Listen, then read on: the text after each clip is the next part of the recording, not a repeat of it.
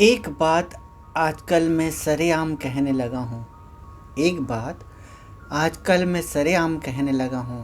ए ज़िंदगी, मैं तुझसे बहुत डरने लगा हूँ। गुड मॉर्निंग दोस्तों, आनंद खंडेलवाल आप सभी का फिर से स्वागत करता है आज के इस छोटे से प्रसंग में, जो कि प्रसंग इस प्रकार है। गांव वाले के लोगों के बीच में बातचीत चल रही थी। अद्भुत, ऐसा नहीं हो सकता, ऐसे कैसे हो सकता है, ये हो ही नहीं सकता, ऐसा कैसे हो सकता है, इतने छोटे छोटे बच्चे ऐसा कैसे कर सकते हैं, ऐसा होना संभव ही नहीं है।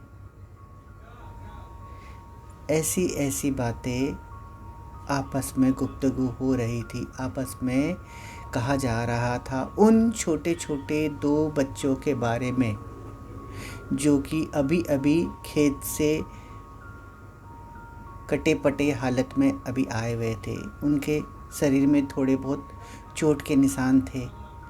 जो बड़ा बालक था उसके थोड़े कपड़े फट गए थे, कहीं कहीं चोट के निशान थे, और जो छोटा बालक था उसके हाथ में एकदम लाली सी आ गई थी और कमर में भी रस्सी के निशान नज़र आ रहे थे। बात गांव की मुखिया तक पहुंची। मुखिया के सामने जाके वो बच्चे थोड़े सहम गए, थोड़े से डर गए। मुखिया बच्चों से पूछा, बताओ बच्चों, क्या बात हुई। वो डर के मारे कुछ कह नहीं पा रहे थे। इतने में गांव के लोग बोले, अब क्यों नहीं बोलते हो, अब क्यों नहीं बताते अपने वाक्यांत, वहां तो बड़े आराम से बता रहे थे, अब बताओ मुखिया को। मुखिया ने प्यार से बच्चे से पूछा, बच्चे अब तो तुम बच के आ गए हो, अब डरने की क्या बात है, बताओ क्या हुआ। ये सुन के जो बड़ा बच्चा था, जो क्लास 8वीं में पढ़ता था, वो धीरे से बोला, हम दोनों भाई खेत में आगे निकल गए थे और खेत में एक बड़ा सा कुआं था और हम कुआं में झांकने लगे, इतने में पैर फिसला और मुँह कुएं के अंदर जा गिरा। अब छोटू बाहर लोगों को आवाज़ लगाया, मगर दूर दूर तक किसी को ना पाके वो सहम गया, मगर थोड़ी सी हिम्मत दिखाते हुए, अरे छोटू, तू क्यों नहीं बताता। अब छोटू बताएगा। अब छोटू बताता है। वो बोलता है, मैंने बहुत लोगों को आवाज़ लगाई, मगर मेरी आवाज़ दूर दूर तक नहीं गई। फिर मैंने देखा पास में रस्सी और बाल्टी पड़ी हुई है। मैंने झट से बाल्टी को कुएं के अंदर डाला, रस्सी को अपने कमर पे लपेटा और पूरी ताकत लगा के खींचने की कोशिश किया। एक दो बार मैं गिर भी गया, मगर मैं फिर से ताकत लगाई और भाई बाल्टी में बैठते हुए ऊपर आ गया। बस इतनी सी है हमारी कहानी। अब गांव वाले बोल पड़े, देख रहे हैं मुखिया जी, बच्चे कैसे झूठ बोल रहे हैं। मुखिया जी बोले, गांव वालों, ये बच्चे झूठ नहीं बोल रहे हैं, इनके शरीर पे लगे निशान झूठ नहीं बोल रहे हैं, और ये झूठ हो भी नहीं सकता।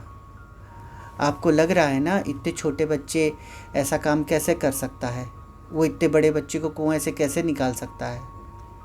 मैं आपको बताऊं, उसको ये बात पता ही नहीं थी कि वो उस कुएं से अपने भाई को निकाल सकता है। क्यों कि आपने उसको बताया ही नहीं था कि तू ये नहीं कर सकता है। और जब उसे ये बात नहीं पता थी कि वो नहीं कर सकता है, तो इसलिए इस बच्चे ने अपने भाई को उस कुएं से निकाल पाया। तो दोस्तों, मेरे कहने का मतलब ये है, हमारे साथ भी ऐसे ज़िंदगी में कई वाक़यात होते हैं। जिस चीज़ के बारे में हमें नॉलेज नहीं होती, जिस चीज़ के बारे में हमें ज्ञान नहीं होता, जिस चीज़ के बारे में हमें पता नहीं होता, वो काम हम अक्सर कर जाया करते हैं। और जब हमें पता चल जाता है कि ये काम इतना कठिन है, ये काम उससे नहीं हुआ तो मेरे से कैसे होगा, तो हम उस कामों में हार जाया करते हैं। छोटू से भी मुमकिन नहीं होता अपने भाई को उस कुएं से निकालने के लिए। अगर उसे ये बात पता होती कि नहीं, इतने बड़े भाई को मैं कुएं से कैसे निकाल सकता हूँ, वो इसलिए निकाल पाया क्योंकि उसे नहीं पता था कि वो ये काम कर सकता है। जब हमें कोई बात नहीं पता होती तो हम कर जाया करते हैं उस काम को। जैसे मैं छोटे छोटे से उदाहरण पे बताऊंगा। हमारी गाड़ी में पेट्रोल नहीं है, कम पेट्रोल है,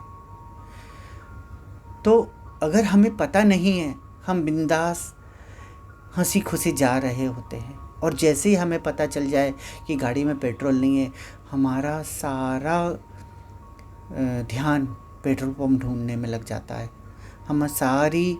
हमारी चीज़ें पेट्रोल पंप पे ही आधारित हो जाती है।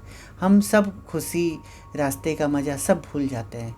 केवल और केवल ध्यान हमारा पेट्रोल भराने में ही होता है। वैसे ही दूसरा उदाहरण, अगर आप एक कूलर में पानी भर रहे हैं, चलते हुए कूलर में पानी भर रहे हैं, आप पानी अभी तक भर रहे थे, अचानक से किसी ने कह दिया अरे उस कूलर में करंट आ रहा है, तो आप उस कूलर में अब पानी नहीं भर पाएंगे।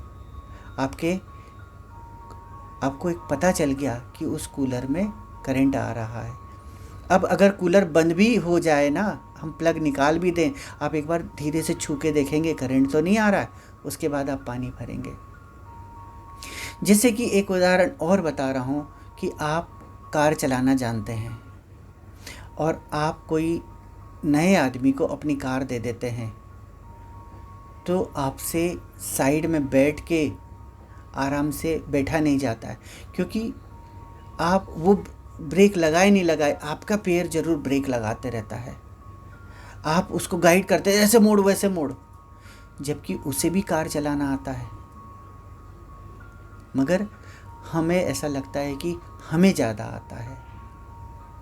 अगर आपको कार चलाना नहीं आता होता ना, आप बिंदास होके पीछे आगे कहीं भी बैठ सकते थे, आपका नज़र कभी रोड पे नहीं होती। आपकी नज़र इसीलिए रोड पे होती है, आपकी नज़र इसलिए उसके चलाने पे होती है क्योंकि आपको चलाना आता है। तो दोस्तों, ऐसे ही डर जो हमें जानकारी से होता है, हमें जो जानकारी हो जाती है, हमें जिसकी नॉलेज हो जाती है, वो एक डर जो क्रिएट होता है, उसे डर की हम किस संज्ञा दे सकते हैं, कैसी संज्ञा दे सकते हैं। तो मेरा कहने का मतलब ये है कि जानकारी से भी हमें डर पैदा होता है क्या? आप कमेंट्स करके मुझे बताइएगा। आपको अगर प्रसंग पसंद आया हो तो एक लाइक ठोक दीजिएगा, और अगर हो सके तो शेयर और सब्सक्राइब भी कीजिए। अंत में वही कहूँगा जो मैं हर वक्त, हर बार, हर समय कहते हुए आया हूँ, अगर आप वही कर रहे हैं जो सब कर रहे हैं तो आपको वो मिलता है जो सबको मिल रहा है। पर आप जब वो करते हैं जो कोई नहीं कर रहा है तो आपको वो मिलता है जो किसी को नहीं मिला है। बहुत बहुत धन्यवाद, बहुत बहुत आभार। वंदे मातरम।